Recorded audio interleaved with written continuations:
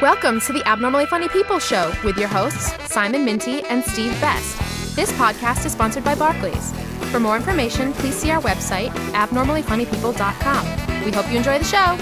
Hello and welcome to the Abnormally Funny People Show, number 16. I'm Simon Minty. Hello, and I'm Steve Best. Today's a masterclass in podcasting. Our guests are mighty in this world of podcasting. They are the original producers of the BBC Ouch talk show. As for over 10 years, they've created a monthly show and have thousands of faithful followers.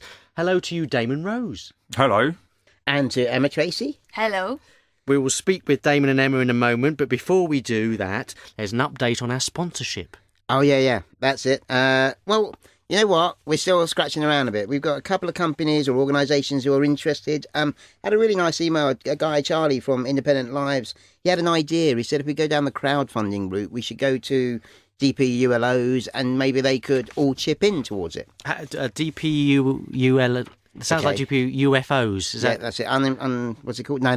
This is Token Non-Disabled Steve Best. Disabled Persons User-Led Organisations. Did you say that again? That was a bit mumbled. Yes. I can't even say it myself. Disabled Persons User... You know, it's organisations led by disabled people, I got you. Other than well-meaning non-disabled people. That's the Oh, theory. okay, I get you. That's nice. Well, Thanks for that, Charlie. So if you're interested in helping, contact us via Facebook or our website, abnormallyfunnypeople.com. And as well as our two guests, we have our moment of the month, and we will check in with all things about tech and accessibility with Robin from AbilityNet.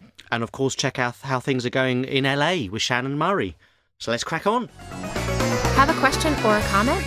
You can also text us or leave a voicemail on 07756 190 561.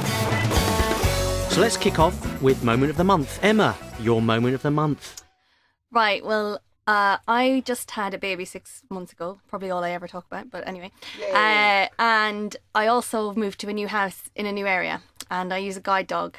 And the moment came after a lot of time staying in various different places while the house is getting ready and stuff, so not really getting out on my own very much. But the moment arrived where I needed to become independent again, but with a child in tow. So I decided about 2 weeks after moving into my new house, I thought, I'm going to take the guide dog people are coming tomorrow to teach me how to walk pulling the buggy and do a few routes. But I thought I'll just get a bit of practice in before they arrive.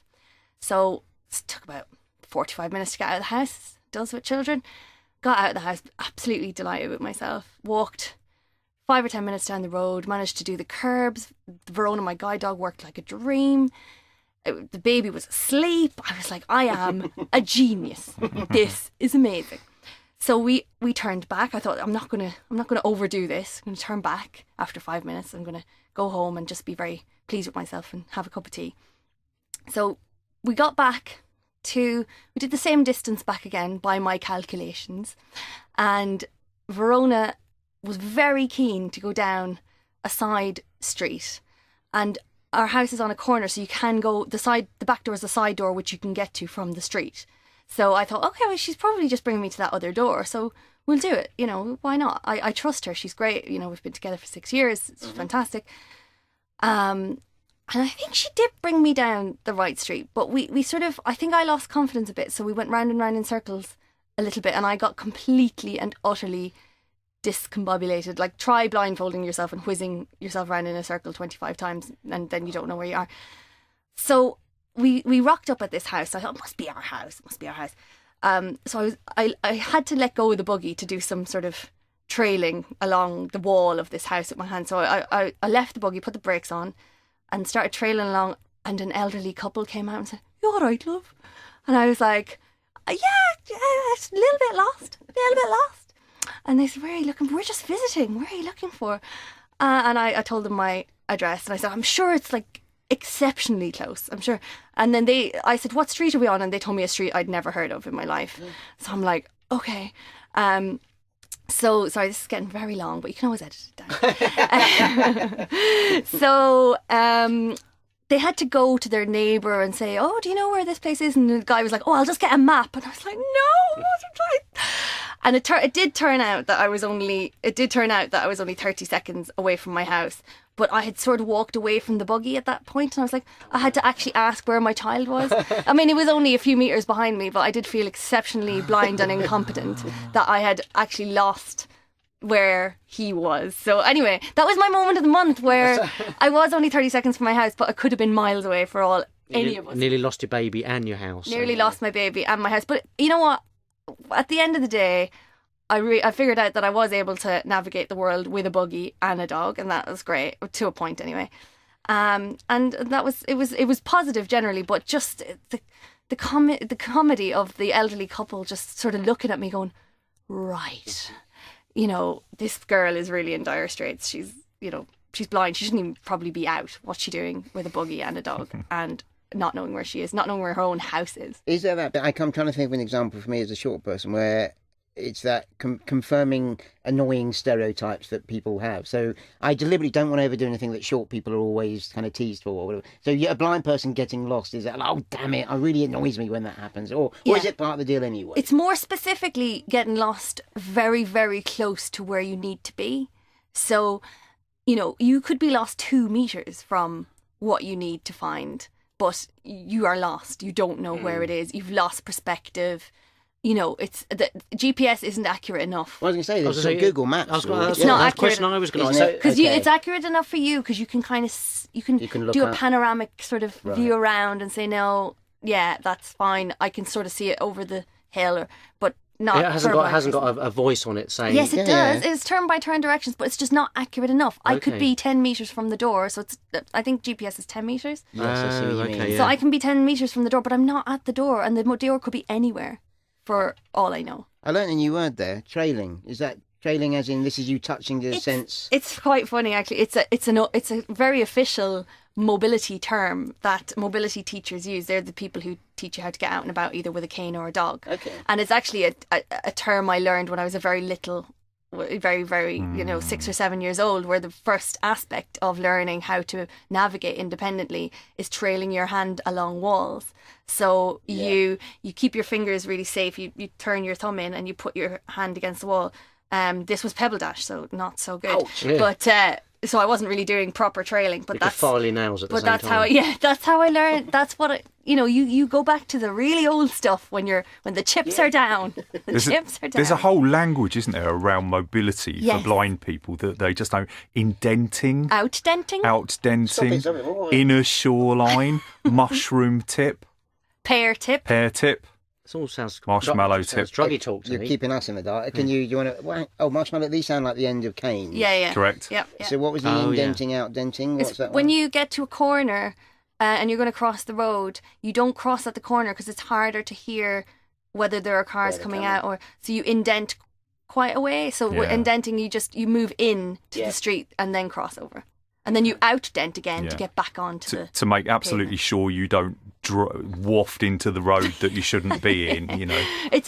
No one does it once they know the route, and you don't really do it very much. But it's the terminology the terminology. Yeah. So trailing, it's really interesting you picked up on that, because it is a very official mobility term. And as you say, it's for new unfamiliar areas. You don't trail everywhere else because you don't need to. Yeah. I might trail along a wall if I know fairly well where a door is and I'm using my cane. I may trail along a wall to get the door, to find the door in an unfamiliar building. Right. Or I might trail my hand along to find a lift button, say. Yeah, got you. That kind of thing. So I'll start at a rough point, and then trail around to sort of to find what I need. I didn't even know I do it. Like that word just came from the bottom of my brain. I'm making your story longer. But there was the comedian, and I can't remember who he is, talks about the Virgin train toilets, and they always say that Braille info is the other side of the loo, right down low. So I suspect, and there's no way anyone would trail around the whole of a public loo to try and find. Do you know, it's interesting. Again, I know what you mean, and I'm not sure about the Virgin train disabled loos, but I do find them really big and scary, and that there's too many buttons, and I don't know what they do. And Braille, you read it so slowly, it takes you blooming ages to read it. And if you burst into the loo, it's all problematic. But the other thing I always say is that actually accessible loos, they're a necessary evil for me if I have the dog. She can't fit into a cubicle and stuff. But they're really bad for blind people because they're really big, and you have to feel all the dirty places to find the sink and find the hand dryer. You have to wash. I end up washing my hands about 3 times. And then I have to find the dog and then find the door. And you're in there ages. Honestly, they're really bad for blind people, but obviously good for the people that actually really, really need them. So that's okay. Thank you very much, Emma. Good luck with your trailing. Sorry about a bit lengthy there. It's all. Damon, a moment of the month from you. No moment of the month. Can I break the format and refer back to last month to begin with? I'm just very chuffed that you think we have a format. Is that all right? No, it feels like a format to me. This is what we would call a format, isn't it, Emma? Yes. Yeah, okay. Yes, You crazy radical, messing us up. Go on. So BBC. This is the revenge. Go on. So, I guess I've always been... So this is a parent story as well. I'm a dad. I've got a 7-year-old boy, a 3-year-old girl. And last month, for the first time, my little boy said something I've been expecting for quite a long time, and it was this. Daddy, I really wish that you weren't blind. And I thought, oh, this is a bit heartbreaking. How do I deal with this? And I said, well, why is that? Why is that, Charlie? He said, well, because then we'd be able to have a proper dog and not just the guide dog. Nice. So that was last month's thing. And then this month... Or just how did you follow that up? Or did you just chuckle? I think I chuckled. Okay. Yeah, I think I chuckled. And your dog got a little bit ratty? My dog, I don't. He's been looked after by your producers in the other But could you office. could you have another? You could have another dog though, couldn't you? Yeah, but don't tell Charlie. Oh, okay. Is he going to listen to this? But you could have a couple of dogs. A recreational and a working dog. I could, but then you'd find it hard to take the other dog for a walk because you're not allowed to take... If you're a guide dog owner, you're not allowed to take a second dog out with you. It's one of the rules. That's what your 7-year-old son is What's supposed the other to do. guide dog rules? Why is I that? suppose so. Explain that rule to me. Why is that? Because you're supposed to concentrate on guiding. There's other rules, aren't there? You're not allowed to use a dog when you're drunk. That's the one I was. They're That's the one I was enforcing going that. to say. They seem to be enforcing that. Oh, really? There seems to be. There's a lot of talk about it. There was something in the news about it a few months ago. But that's one of the bonuses, isn't it? Isn't with me my mobility scooter? That means if I am drunk, I know I'm not going to fall over because I sit on the scooter. And you know that your dog will guide you home unless you. But you're not allowed to ride a bicycle when you're drunk. So you can get done for riding a mobility scooter. mobility I just incriminated scooter. myself. I think so. There was I'm so on many. foot. You know, it's not like you're in charge of a vehicle. I suppose you are in charge of a dog, but like, how are you supposed to get home? Yeah. There were so many times when I was a student, when I got home, woke up in the morning and thought, how did I get home? And, it was the dog. It was absolutely the dog who got me there. And then you try and tell people that the dog does not bring you home. It's a team and you know your own way home. And then then they do. What if you get the dog drunk? No, I'm pretty sure that's not. I probably one wouldn't of the want to do rules. that. Yeah, that must be a rule. Sorry you have another moment of the month, I reckon. I've got my part 2 in a second. Okay, just the guy at the tube station today told me that he saw with his own eyes yesterday a guide dog take the Oyster card from the blind man and put it on the reader. Get a grip. And I said, no, you didn't. Was he not ever taught trailing? Well, actually, I said that probably is kind of annoying looking for the thing that you put it on. Okay. But he must have done it for his own. He must have trained the dog to do it for his own amusement. Because the dogs are very trainable. You know, you can train them to do new stuff that the instructor didn't train them to do. I saw a dog take the blind person's mobile phone and then put it on the payment thing with the Apple Pay. So you didn't. And they used a little foreprint instead of a fingerprint. Okay. I can believe that. Yeah. Damon, you have a second one. Well, the second part of the story is the other thing that I have been worrying about happening as a blind parent is, when is that moment going to be when he's a little bit too embarrassed that he's got a daddy who's blind. And last Saturday it happened. I was at the gym.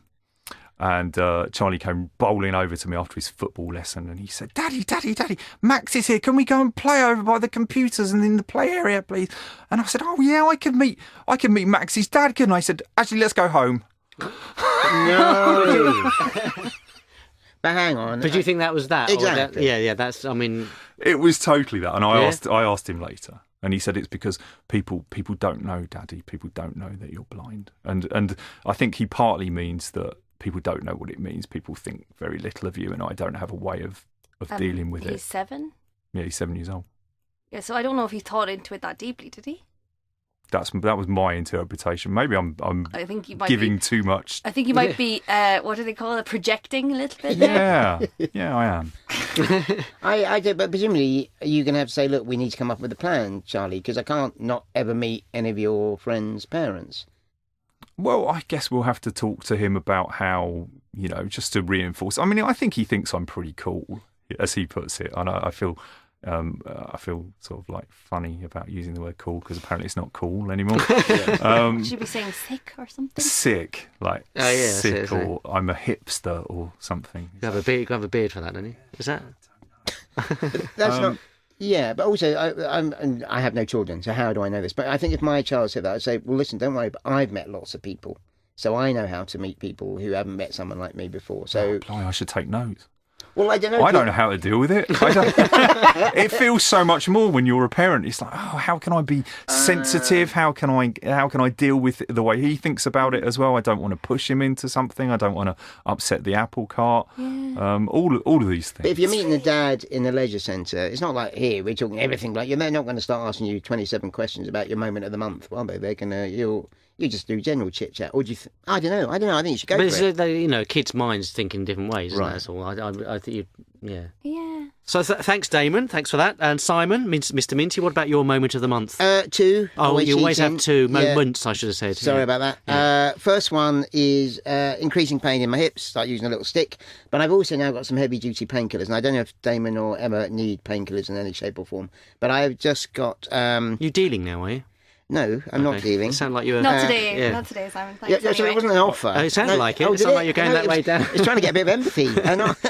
So cocodamol, 30 milligrams, I can take up to 8 a day, and then tramadol, which are the big headliners. Yeah. The first time I took a tramadol, I took it at home because I was a bit nervous about it. It was like someone had injected half a bottle of wine inside me really quickly and then made me just float on the clouds. I was kind of skipping around my flat, bearing in mind I can't even move normally. You sure you're not dealing? It really sounds like a pitch here. I'm not getting rid of these things. Okay. It just... You know what it was? I don't know if you ever read those press reports and they go, oh, well, this famous person's become addicted to prescription drugs. Yeah. And I always feel, oh, that's nonsense. How can they do that? Then this sort of heavy-duty painkiller, I can absolutely see it. It's kind of... They're so great, it's a little bit frightening. That sounds good. I should try some of those. It's funny you say that about tramadol because I was given some by my doctor a couple of years ago, and I took it home and I decided to bear the back pain instead because I was a bit too frightened to take it. I've had them 6 weeks. I got them just before Edinburgh because I thought I've got to get something while I'm up. I didn't take any, and then so I had them 6 weeks.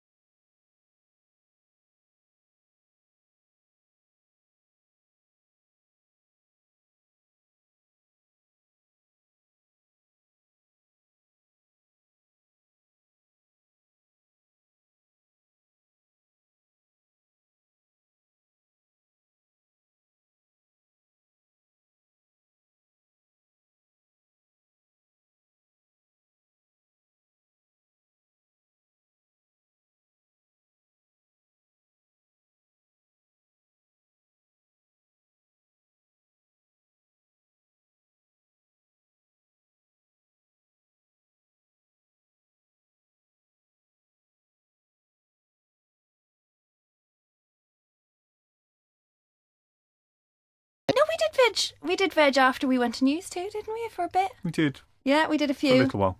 Yeah. Okay, so We did 100. We did like 100 of them, or what? I don't know, like many of them. I remember when Liz and Matt came on, and I remember saying how annoying, because I did it a couple of times hosting, and I took it seriously. I wanted to get the answers, and those two, you can tell, it is just inappropriate silliness. Yeah. Do you have a head? Oh, that's what I was going to point. say. I remember Liz Exactly. saying, "Do you have a head?" Yeah. So if we continue with this, and maybe there's a warning, it's sort of, it's slightly inappropriate humour, although I must confess it did make me giggle. Damon, we got another clip. How would you describe this one? Okay, so this is a moment where we had a guest in the studio. Sorry, this is a moment where we had a guest down the line from Sweden, a comedian, disabled comedian with cerebral palsy called Jesper Odelberg. And we knew from speaking to him beforehand that his Swedish accent kind of got in the way a little bit. You know, quite apart from the fact that he has, you know, that sort of cerebral palsy voice as well, which a lot of people find difficult to understand. He also had a Swedish accent. Nice. And so we thought it would be really funny if we got an interpreter in, but not an interpreter of Swedish, an interpreter with cerebral palsy. And this is what it sounded like.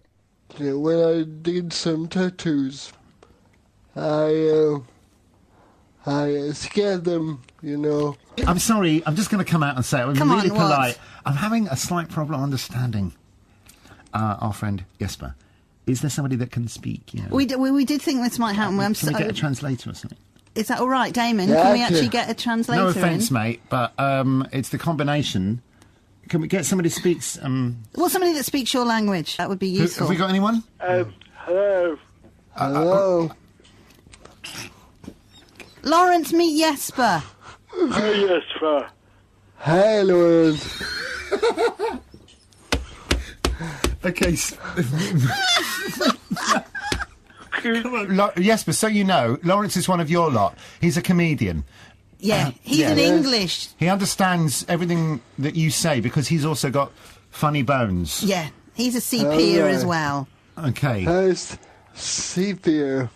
We had your clip, Love in the Handicapped Toilet. Have you had Yes. love Have in you a ever made love in a Have you? handicapped toilet? Beep. I think Lawrence, have you? What was that, Lawrence? Can you translate That it was for one us? of. Yeah, that was one. It was sort of like... They do. It's like a natural thing. It's They really completely understand They each other. do. It's like they're twins, aren't they? When I listened to that, when you sent it over, I started laughing. I suppose it does go beyond the line. There's also that bit of when you spend so much time with disabled people and comedians, the threshold level of what is acceptable and what isn't just flies along, and it goes. And one of the reasons when we set up Abnormally Funny People, having Steve Best as our token non-disabled, was I said occasionally I don't want it to turn into this disability group where we forget all perspective of shocking what the outside world might think. However, we were all giggling throughout that. I mean, that's a beautiful... but can I be honest though? Okay. When I did first hear that, I remember saying, "I've got to speak to Simon. Is this okay?" So as the token non-disabled, too far? I kind of it kind of felt to me that the guys were kind of. But now hearing it a second time, I found it funny, and because the first time I thought, are they laughing at the cerebral palsy or the fact that they're mucking around with the accent? So there's a lot going on in there. But the second time listening, it's much funnier, as in just purely mucking around. I think Steve and I can talk about this for 10 minutes because it is the complexity of disability and comedy. I mean, Damon, how did that go down when that went out? Well, as you say, it's really complex because you listen and you can hear the fact. Yeah, it's almost too hard to decode this piece because you've got a Swedish man and an English man. But they sort of both sound a bit similar because they got cerebral palsy, and somehow that's a little bit funny. And Matt and Liz, I think they're laughing ahead of time.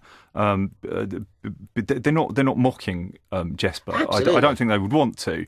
They knew what was coming up. They knew Lawrence was about to chime in the way that he did do. But it is challenging. I mean, we couldn't just, I think, stay firmly over one side of the line when we were doing sort of comedic stuff. We were there to, what Matt and Liz brought their genius to the show. We created the arena of fun, as it were.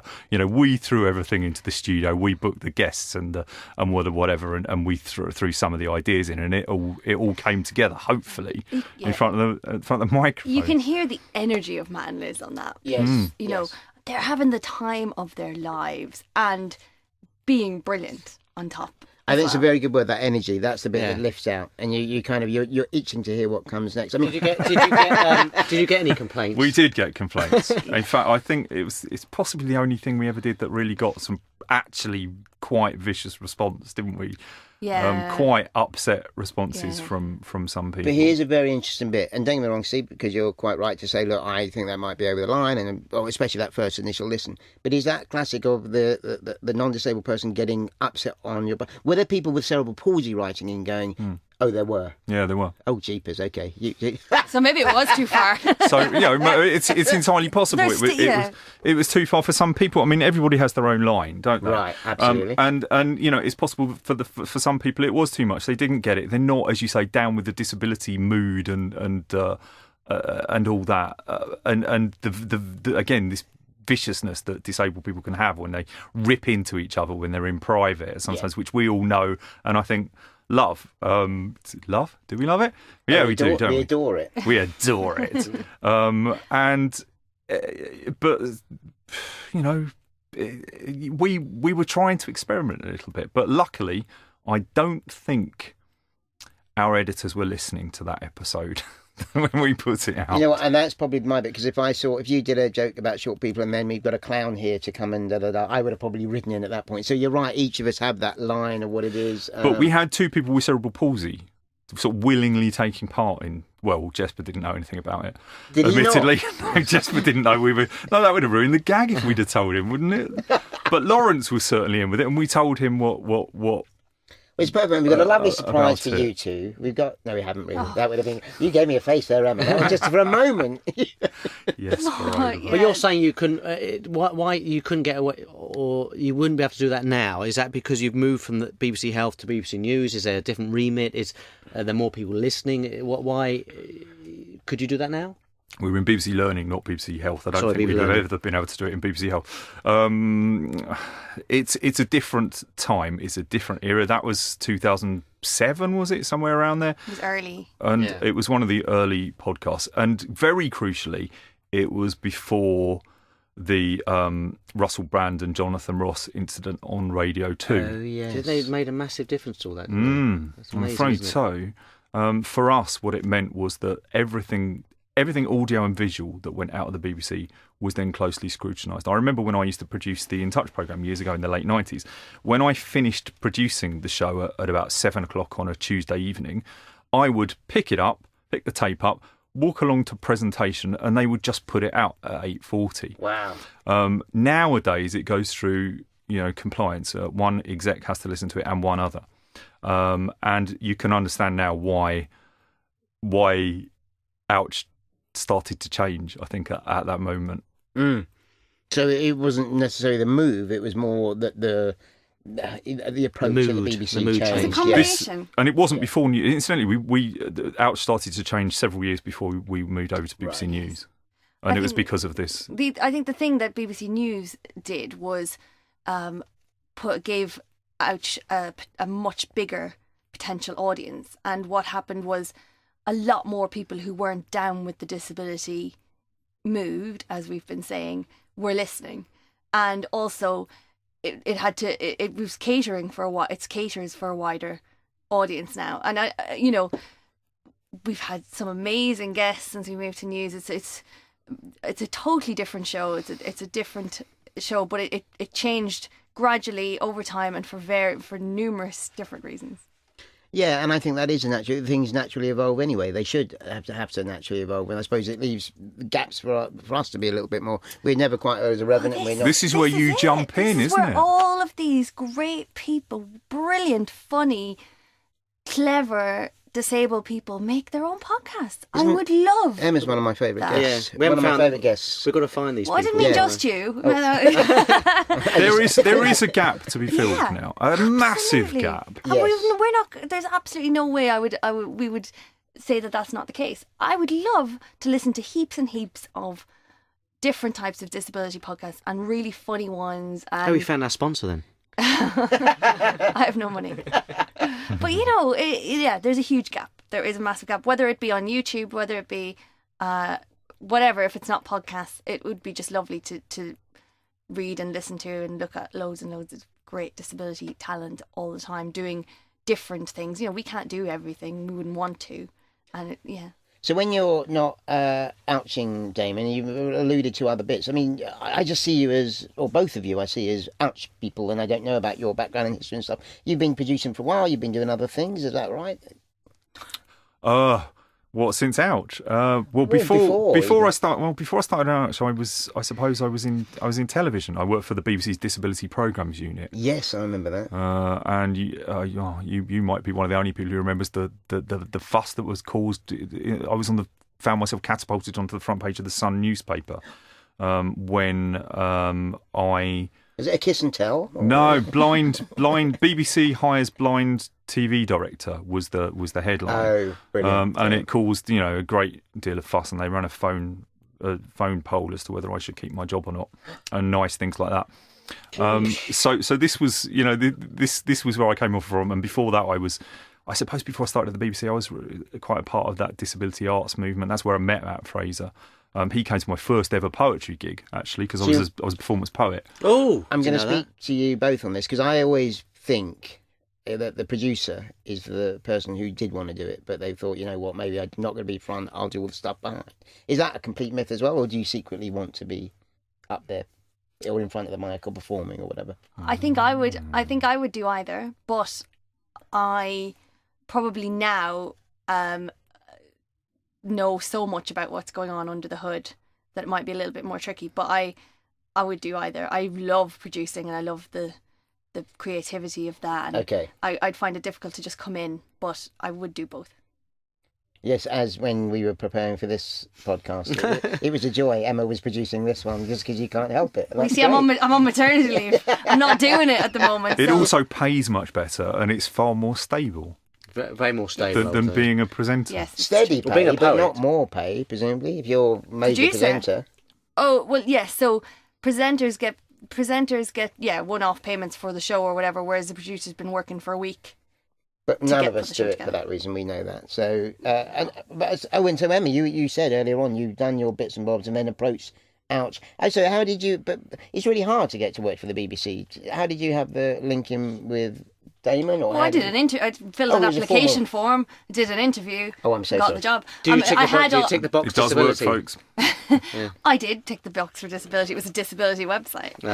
Okay. And I was, so I went through the channels. All I meant, I suppose, by approaching Ouch is that I rang or emailed Damon quite a long time before when I was running my little magazine for blind people and asked him for an interview and did a 22-year-old media enthusiast thing and said, where, any jobs? Is there a job?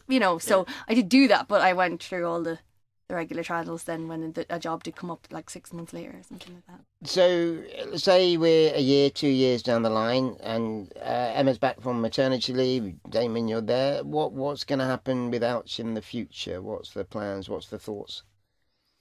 Well, Ouch is in BBC News, and we're doing a few different roles really. The podcast I think is aimed at a little bit more just at disabled people and that kind of stakeholder group. Do you like that? BBC Speak, management speak. I'm not sure you liked it the way you said it. And that was my words, not from the BBC. And the website tends to be a little bit more aimed at the more mainstream. Everybody, really. People and who use the Yeah. app, who click onto BBC every day and see our articles on the homepage. But we try to bring different stories that aren't perhaps your usual kind of sport or tragic or inspirational So it story. comes on We the- bring it- stuff in the middle. You know? It comes on the main BBC website, but you've got the BBC Ouch bit on that, or you've got BBC. It's BBC News, and actually BBC Ouch is now just a podcast. There's now a thing called the Disability Index, BBC Disability Nobody News. wants to know any of No one wants to know. And that's where all of the articles that we used to do goes now.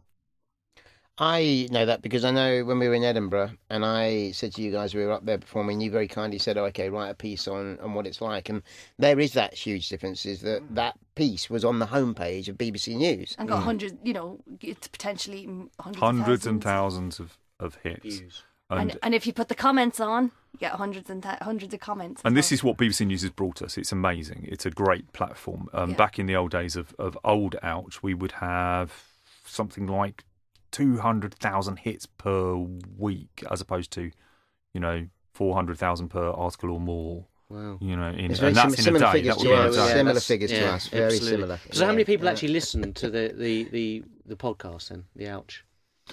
It's very difficult to know, actually, and actually the system is just broken on the BBC, so we don't know what the latest figures are. I'm glad you said that because we have no end of trouble trying to find out through iTunes and stuff. Yeah, because it sits in so many different places. Yeah. We do Audio Boom as well, Yeah, and that's that's what we do. I think we get quite a few. At a conservative, very conservative guess, it's over 30,000. Wow, that's a few less than us, isn't it? Yes, I mean, you must be very disappointed. Yeah. But keep Yeah, trying. well done. Keep All we're going. saying is keep trying, Yeah. Damon. I mean, you'll get there in the end. Thank you. No, thank you, Emma and Damon. That's very lovely. Thank you for coming. And so next up, we'll talk to. Who are we going to talk to next? Robin Christopherson from AbilityNet. He'll be pleased with that introduction, Right. I think. Robin, what's new in the world of tech and accessibility? Well, good evening, everyone, or morning or afternoon, depending on when you're listening to this. I think one thing that's a really hot story recently that's come out in the last week or so is that the BBC are finally, hopefully after lots of popular demand, certainly I've emailed them about this in the past, made their back episodes, many of them, over 7,000 hours worth, available for purchase. And there's a BBC store. It's at store.bbc.com. And it's only web-based at the moment, so you have to go to a browser to purchase and also to view.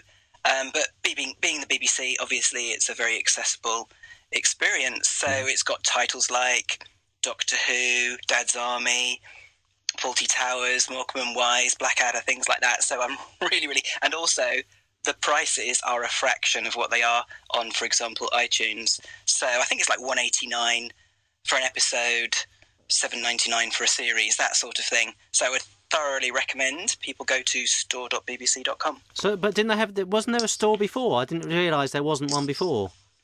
Not for digital downloads. Okay. I'm not sure what the store sold before because I've never really visited it, but there was a press release went out recently saying that things are now available for digital download. The only slight hiccup at the moment is that titles have captions, subtitles, and some have BSL signers in the corner, but as yet audio description isn't available as an option on any of the titles. So We'll have to watch that space. We'll get Emma and Damon to sort that out, I think, when they go back to the BBC. Yeah, we'll fix that tomorrow. That'll be all right. Okay, good. There's a quick follow-up. I love the idea. There's obviously my first bit of saying, well, hang on, we are BBC licensed payers. Why am I buying the programme that I've already paid for once? Or also, can people buy it internationally as well? That's a very good question, and the .com bit, I haven't got the answer for that. I don't know if the other guys have, but BBC.com is obviously their global domain. BBCnews.com is incredibly popular across the world. So that's a really good question, and I don't know the answer. We're getting shakes of the head. Okay, we'll have to find that out. And so have you got another one there? Yeah. So briefly, a week or so ago, there were the RIDI Awards, which stands for Recruitment Industry Diversity and Inclusion Awards. I was there, Robin. You were, and indeed. I opened the event forgetting the name. It's Recruitment Industry Disability Initiatives. Oh, okay then. We were eagerly awaiting to see whether AbilityNet, for example, managed to scoop an award, and we ended up coming away with 3, which was absolutely fantastic.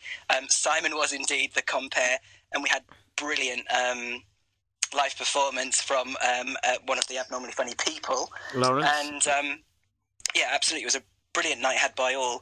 I wanted to mention clear talents, and getting a job when you've got a disability is still very much a challenge, even with this fantastic technology that it's around that really does level the playing field.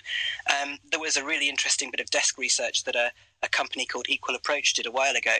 They applied for 20 vacancies with a CV and covering letter, and then they applied for the same 20 vacancies, but with the same CV and covering letter, and they changed the name in each case, and they ticked the box which said they have a disability, which is obviously, if they tick that, then there's a legal requirement that recruiters make reasonable adjustments. In the first instance, they got 20 responses. In the second, they got 0. Wow. So this is, this is a huge challenge. And Clear Talents, which went away with 3 awards, is basically an online tool that sort of squares this circle or bridges this gap. Anyone can go there.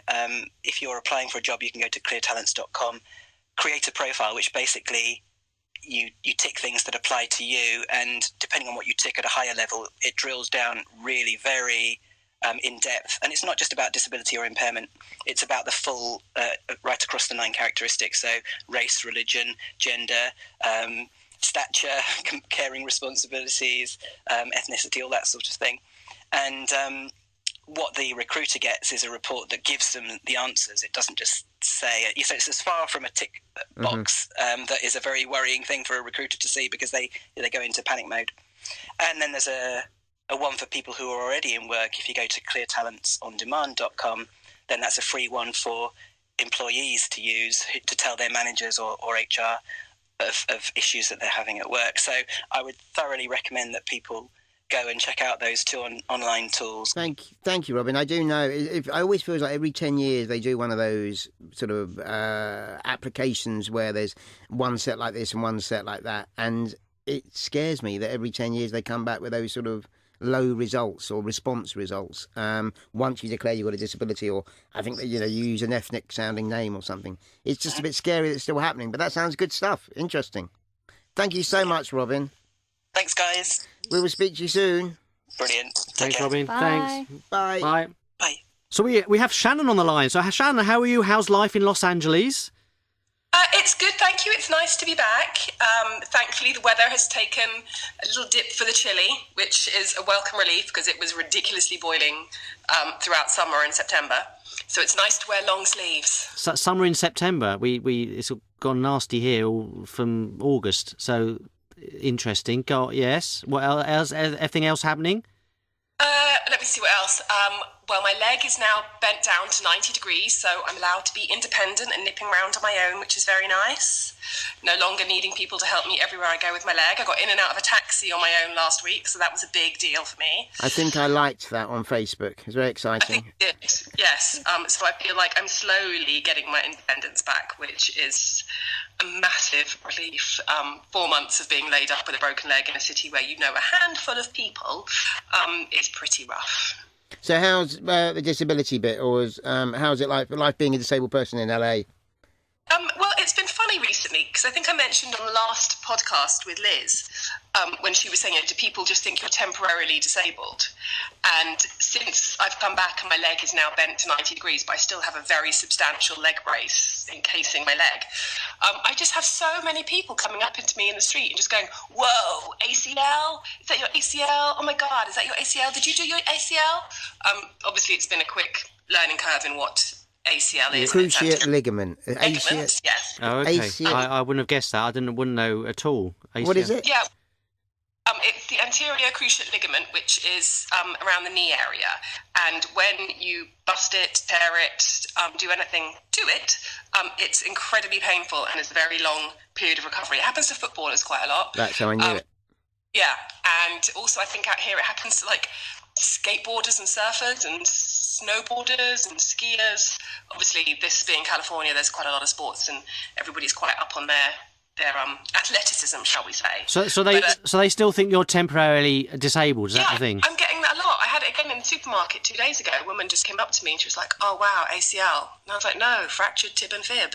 No, but shouldn't you be saying, yeah, surfboard crash, wipe out? Why don't you Shark attack. buy into it?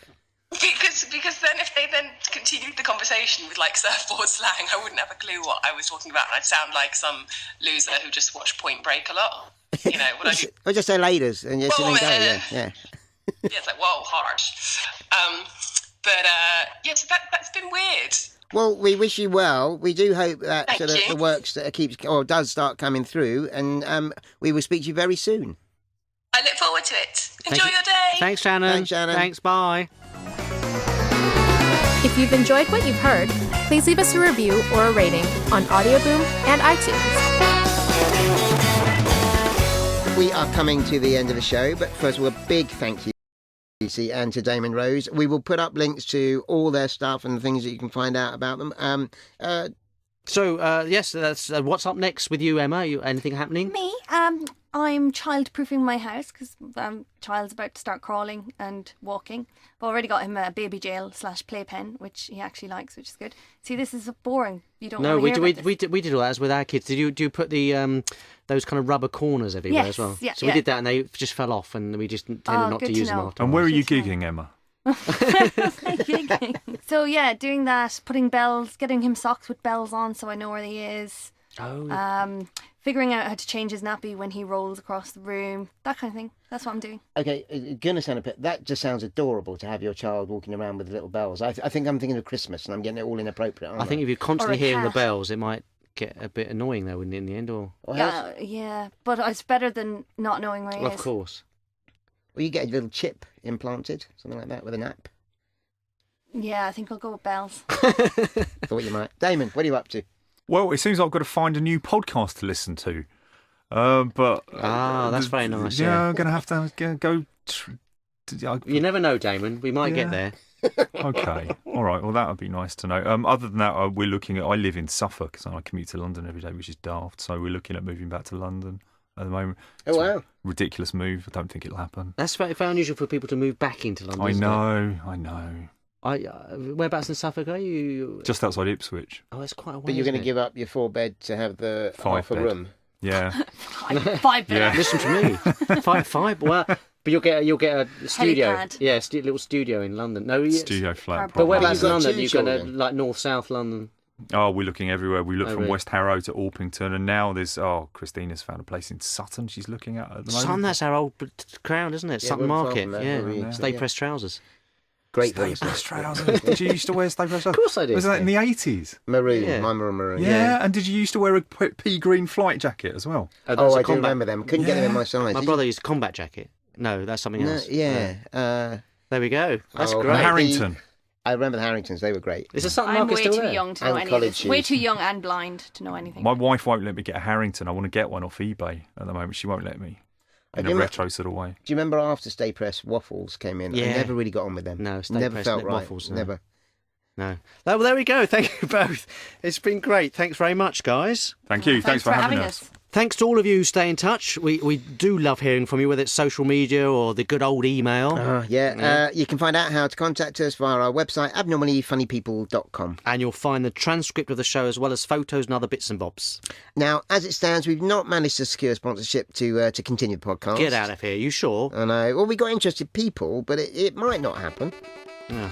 Well, in the meantime, we might go a little quiet, but we hope to return. Indeed we do. So for now, it's not goodbye, it's au revoir. It's au revoir, which is goodbye, Simon. Or bientôt. This is going to be the last minute of our ever podcast. And We're going to come back. We're going to return. Oui. Yes. Okay, so it's not goodbye? It's not. We'll see. We'll see you soon. Hopefully. And of course, thanks to our producer Joe. Bye.